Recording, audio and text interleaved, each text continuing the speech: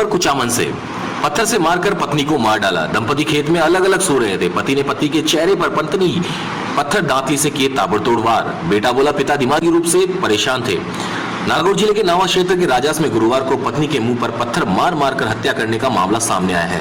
पति ने पत्नी के मुंह पर दातली से भी वार किए। दंपति अपने खेत में काम कर रहे थे। हत्या की वारदात से कुछ समय पहले ही पति पत्नी आराम के लिए अलग अलग खेजड़ी के पेड़ के नीचे जाकर सोए थे। कुछ देर बाद ही पति ने नींद में सो रही पत्नी के मुंह पर पत्थर और दातली से ताबड़तोड़ वार कर दिए और उसकी सांसें टूटने तक मारता रहा। घटना के वक्त मृतका की बेटी और बड़ी बहन भी खेत में ही थी। उन्होंने रोकने की भी कोशिश की पर आरोपी काबू में नहीं आया। पत्नी की हत्या करने के बाद आरोपी पति वहां से भागा नहीं और वहीं खेत पर बने झूपे में जाकर बैठ गया। घटना के बाद मौके पर ग्रामीणों की भीड़ जमा हो गई। सूचना मिलते ही पुलिस भी मौके पर पहुंची। आरोपी पति को पकड़ लिया गया। पुलिस सूत्रों के अनुसार सुखदेव पुत्र मांगूराम जाट निवासी राजास गुरुवार को अपनी पत्नी भंवरी देवी के साथ अपने खेत में काम कर रहा था, जहां दोपहर बाद दोनों आराम करने के लिए अलग अलग खेजड़ी के नीचे जाकर सो गए। अचानक सुखदेव उठा और नींद में सो रही पत्नी के मुंह पर पत्थर और दांतली से वार करने शुरू कर दिए। भंवरी देवी संभल भी नहीं पाई और उसने पहले ही सुखदेव ने उसके चेहरे पर नक्शा बिगाड़ दिया।